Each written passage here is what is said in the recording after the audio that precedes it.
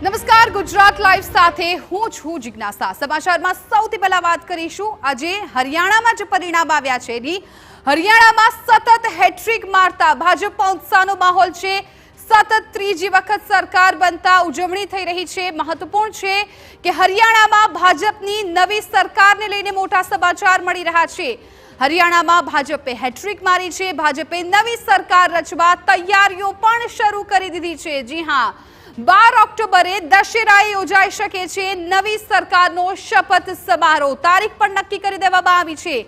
12 October દશેરાનો એ દિવસ કે જ્યારે શપથ સમારોહ યોજાઈ શકે છે ને જીત બાદ નાયબસિંહ સૈનીનું નિવેદન સામે આવ્યું। તેમણે કહ્યું કે જીતનો સંપૂર્ણ શ્રેય વડાપ્રધાન નરેન્દ્ર મોદીને।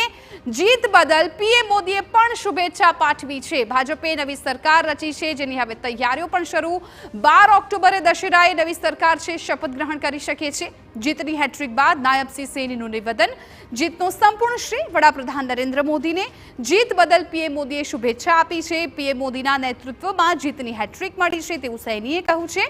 પીએમ મોદીની નીતિઓના કારણે જીત મળી। હરિયાણાના મતદારોનો ખૂબ ખૂબ આભાર વ્યક્ત કર્યો છે।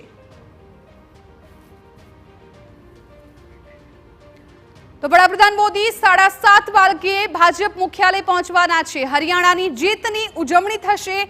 તમામ ભાજપ પ્રદેશ અધ્યક્ષ પણ આ ઉજવણીમાં જોડાશે। મહત્વપૂર્ણ છે કે હરિયાણામાં સતત ત્રીજી વખત ભાજપ સરકારે હેટ્રિક મારી છે અને જેને લઈને હવે ઉજવણી કરવામાં આવશે।